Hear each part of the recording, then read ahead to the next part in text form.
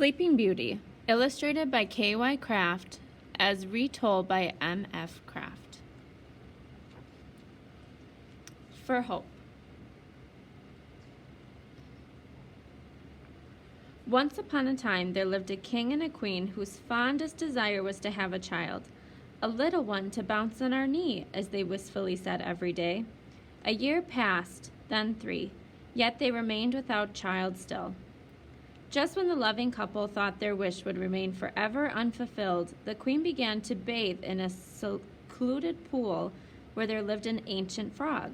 She sang to the old creature as sweetly as she would to a child of her own. To the queen's great surprise, one day the frog sprang from his perch and began to speak. To one far more fair than I should song be sweet be sung. Within 12 months' time, a daughter to you shall be born.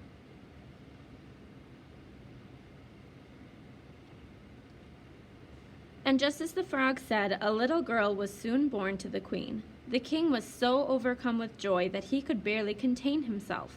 The child was called Aurora, and the king ordered a great christening feast to celebrate. Every relative, friend, and any other acquaintance of importance was invited, and the royal squires were sent to search out all the fairies who inhabited his realm. Now, it happened that to invite the fairies required very special golden place settings for each. The king had just 12, and they were very costly indeed, even for a king.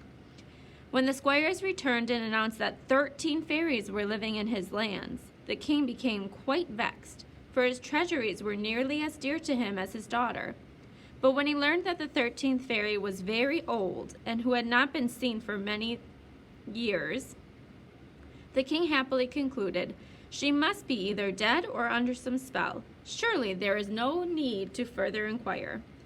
When at least the ceremonies were over, the guests retired to the king's palace, where the attendance of the fairies was to be celebrated at the feast. Each of the 12 places was set in magnificent style indeed, with plates and cups of beaten gold and jeweled chests containing a knife, fork, and spoon, all inlaid with precious stones. The table was laid with bowls and glasses of crystal, and all was set aglitter by candles too numerous to count. After a splendid meal, each fairy presented the child with a magic gift. One gave virtue, another wisdom, a third beauty, and so on, until the Princess Aurora had been assured nearly every good fortune in life. Just as the 11th fairy bestowed her wish, the 13th fairy, who was very much alive after all, appeared in a flash.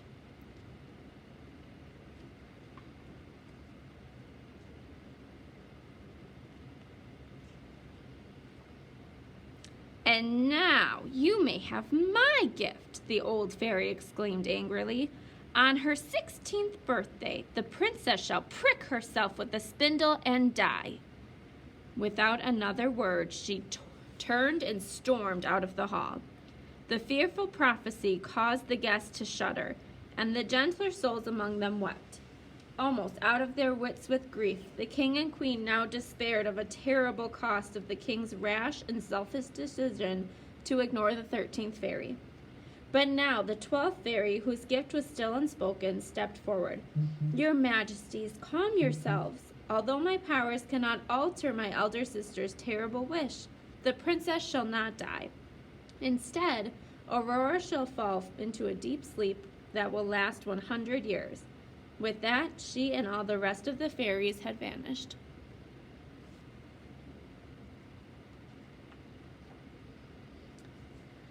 The very next morning, the king's squires carried decrees all to the farthest corners of his land, commanding every spindle be immediately destroyed.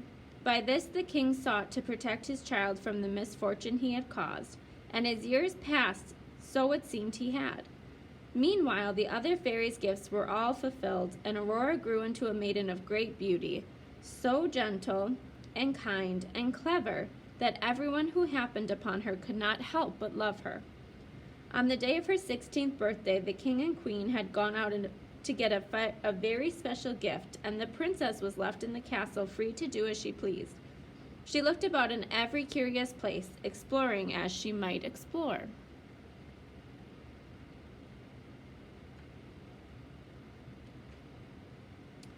Finally, she came to the entrance of an old tower. At the top of the tower's winding staircase, she came upon a door which suddenly sprang open all on its own accord. There sat an old woman, spinning flax.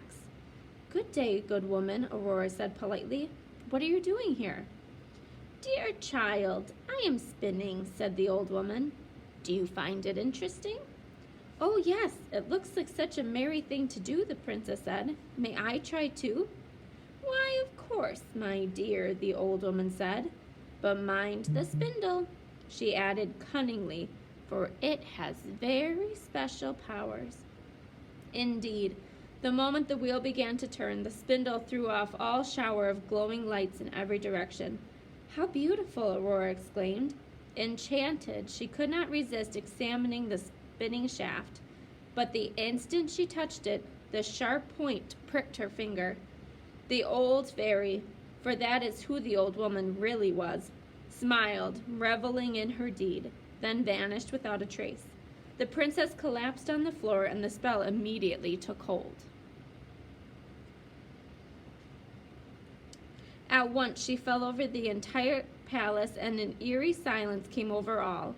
In the stables the horses knelt and slept, the doves in the eaves stopped cooing, and even the dragonflies upon the moat ceased to stir.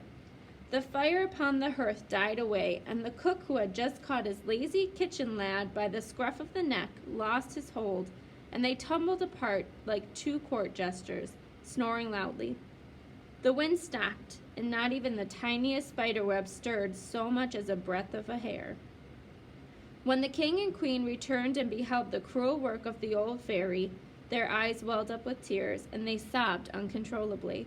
All their efforts had been in vain. Deep in sorrow, the king and queen lovingly laid their daughter on a bed covered with the finest embroidery in the most elegant room atop the tallest tower. Aurora's soft cheeks were flushed delicately as the petals of a rose, and though her eyes were indeed closed, the gentle rise and fall of her chest made it plain she was still alive.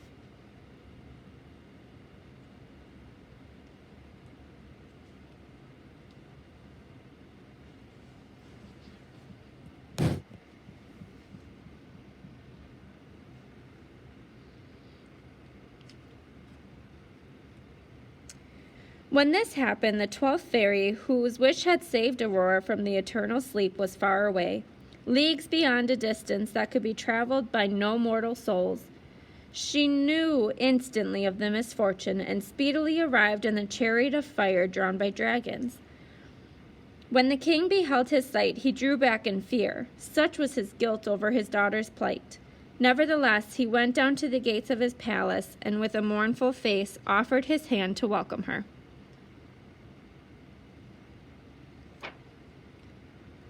Once again the majesties were comforted by the good of the fairy. Then, as she bid them goodbye, she touched the grieving couple with her wand, and they, like all the rest, fell fast asleep. Briar suddenly sprang off from the earth and grew around the castle. Every moment the bramble full of thorny spikes grew taller and wider, until only the very tip of the tower where Aurora lay remained visible to give any clue of what lay within. From the mysterious thorny tangle there soon spread throughout the land of the legend of Briar Rose, as the sleeping princess became known. From time to time, princes heard of the legend and set out to vain quest to penetrate the hedge and reach the castle. Though many a gallant young prince entered, even when fully clad in battle dress, none was ever seen again.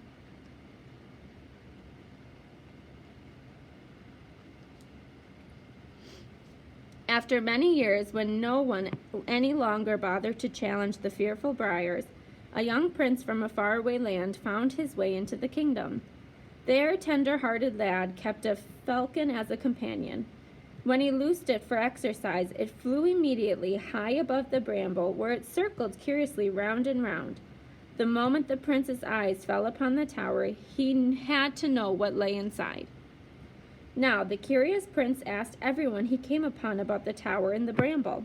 Some said it was infested with evil spirits. Others said it was used by sorcerers.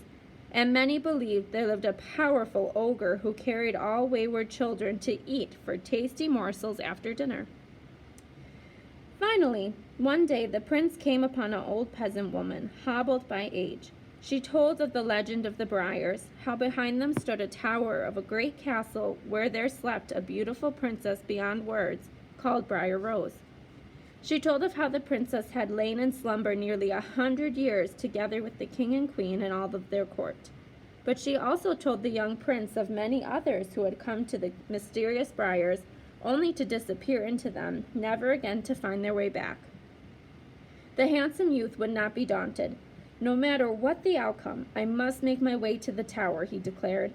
He thought of a sleeping beauty such as Briar Rose lying unprotected in a thorny prison was much more than his good and valiant nature could bear.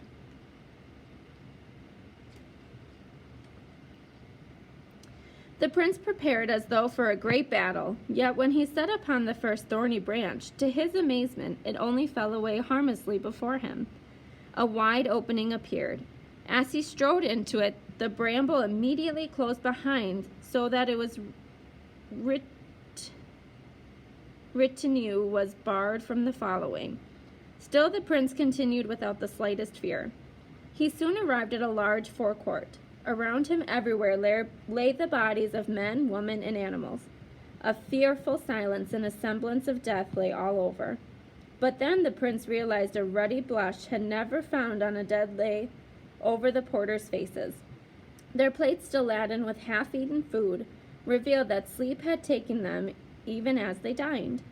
As he went on, he found a courtier and servant alike fast asleep, and in the hall above the king and queen rested just as they had collapsed. Everything was just as the old peasant had told. The silence was so great, the prince could hear the beating of his own heart as he came to the tower where Briar Rose slept. When at last he reached the door to her chamber, it swung away of its own accord, and there revealed the sleeping princess.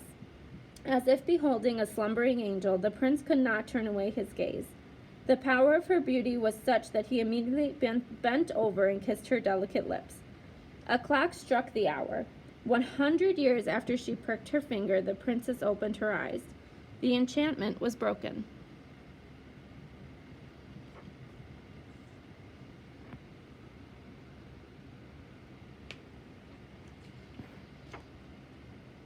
"How long have I waited for this moment, my prince?" exclaimed the princess with a tender glance, as they immediately fell in love and embraced.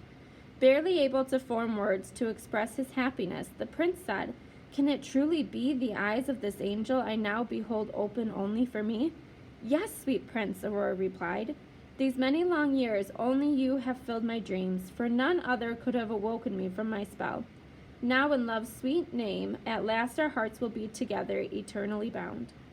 Arm in arm, prince and princess went to the king and queen, whom they immediately awakened. When they beheld their daughter and her adoring escort, their joy was overwhelming, for they had never to see the princess alive again. Suddenly the palace came to life. In the stables the horses neighed and shook their manes. The doves in the eaves began to coo once more, and even the dragonflies continued their flights. In the kitchen the fire sprang up, and the cook and his lazy boy awoke and stared a moment in surprise. Then the lad got the cuff on the ears he had deserved for 100 years. The thick tangle of briars fell away and disappeared, and in the surrounding countryside, tales of the reappearance of the castle filled the gossip of every house, night fire, and tavern for leagues around. By and by the wedding was announced, and the king spared no expense of inviting all. The marriage was celebrated grandly. So great was the love of Aurora and the prince that the joy spread throughout the kingdom. By the many good and kindly deeds, they became revered to the people. To the end of their days, they lived happy and contented lives, and thus the story of Briar Rose, who we now know as Sleeping Beauty, is remembered even to this day.